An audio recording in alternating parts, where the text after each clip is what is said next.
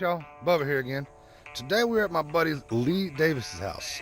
Funny thing, funny story. I met him 2 hours away from here at the Georgia Bushcraft Spring Camp, I think is what it was. Fall camp. Turns out he lives 5 minutes from my house. And in his backyard, 5 minutes from my house, he's got this little bushcraft paradise right at the bottom behind his house. So today we're with Lee Davis, and he has a YouTube channel. Here you go, Lee. Hey, Warrior Woodsman. Hey, if I know my own self. Warrior Woodsman, I'll have I need a script. You don't need a script. Well, he's going to be recording this all too. Yeah. And there's going to be a video of this. What we're doing today is we're doing some charcoal. We already got a little fire going. We kind of got above ourselves.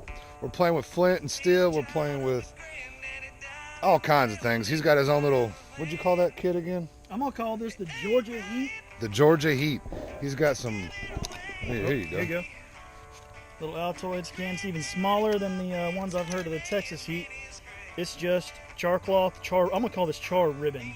This stuff is thick. I like it. It's really, really thick. And it's durable. It is more durable than any piece of other cloth I've ever used. And then the two main pieces from for example, an Exotac keychain ferro lighter.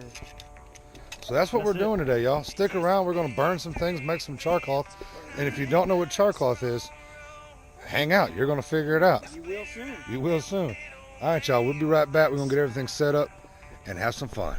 We got Lee down here working. We got the fire going pretty good. He's taking a pause for the cause. Man knows the video. But what we're doing with this char cloth, you need cotton material.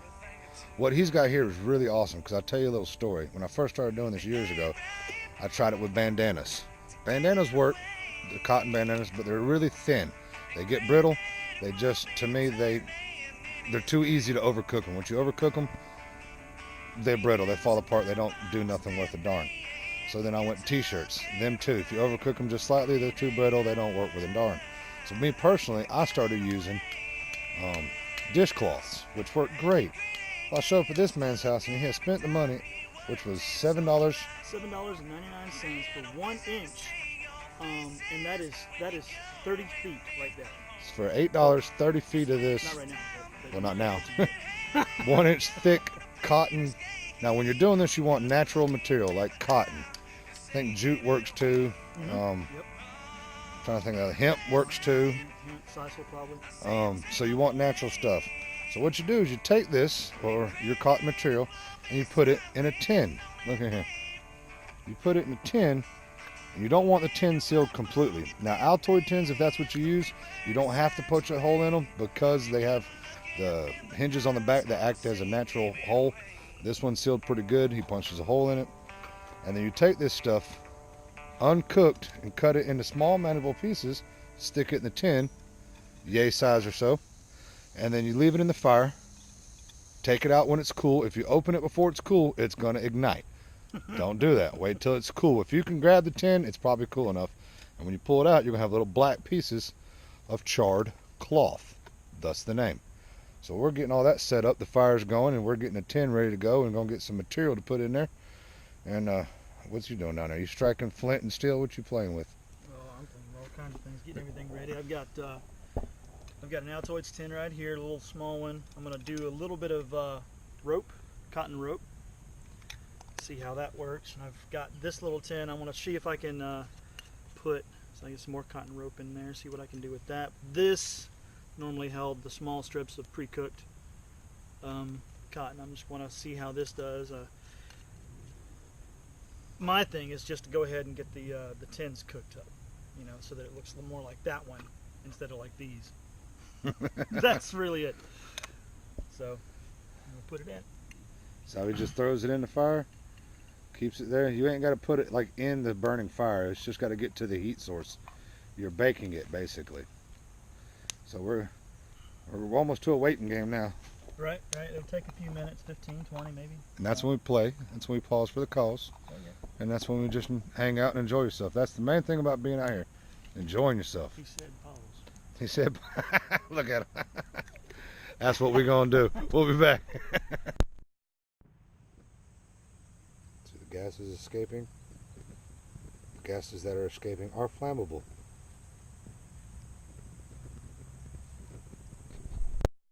All right, we got some things pulled out of the fire. Lee's gonna open these up and let you see. Now you remember how pretty the tins were. Now they've been cooked. Let's see what they look like. Well, that's the cord. Yep, that's the cord. Oh, look at that stiff. See how stiff it is? Yep. It's not like cord now. Little Snaps. brittle. So yep. That one might have cooked a little bit long. Okay. But I bet it takes a really good spark. Yeah. See if this did. Yep. Pretty much the same thing. So this might not be good. My original thought was because it's long and thin, it's going to be difficult to take a spark. But let's find out. Let me do a big one. Let me do the big one.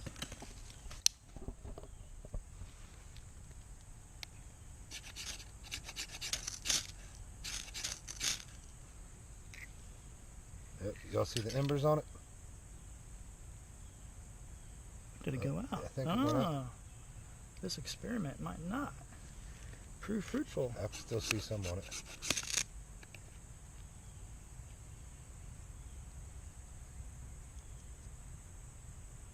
Oh, I see Yeah, it. it's still going. Well, we made char cloth. Char cord. There it is. This one. Yep. Now you can put that into a tinder bundle and blow it to flame. Well. Or you could blow it off your stump. Alright, now the purpose, if you're going to do char cloth, when you use it and you start a fire, go ahead and make you some more for your next time. Always be a step ahead of yourself. So you use this bit of char cloth to start a fire. Even if you got some more left, make some more. That way when you go and use it again, you'll have plenty more to use. I'm sure there's a name for that, but I can't recall right this second. Next fire mentality. Yep, there you go. Look at Lee go. Look at him. There you go. And the cord. Oh, there it is. Yep, once you blow it, see the red? Yep. And you stick it in his tinder bundle and it'll blow to flame. I guess we should put that on camera. I bet that looks good on there. Isn't that the purpose of all of it? Might just be. It might just be. See the smoke coming? It's got a. It's actually got some cotton cord from my little canvas haversack thing here. Get in there now! Ow! And we'll watch him fail. No, I'm just Yep, kidding. look at that. But we got it. Yeah. There you go. There it is.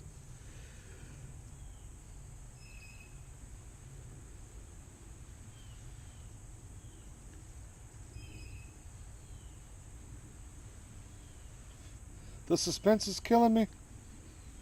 Well, don't die. I can't. You had that packed. Well, several people have tried. It just hasn't stuck so far. All right, So. Rasputin. I know. I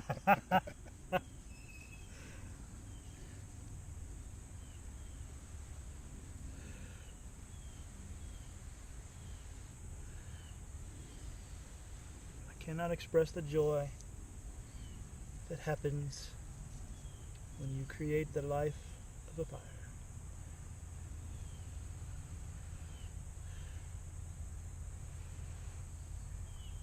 I think it's going to be this next one.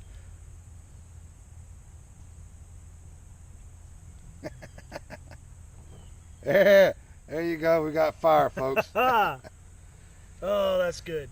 And the cool thing about this char cloth is it will take it from flint and steel. Yeah. All right, folks, you've seen it start to finish. Do us a favor. Like us, subscribe, tell your buddies, share it around. God bless y'all. Have a wonderful weekend. And thanks for hanging out with us, Lee. Thanks for letting us come to your place. Oh, this is awesome. We'll put a link to his channel down below. Y'all check him out now.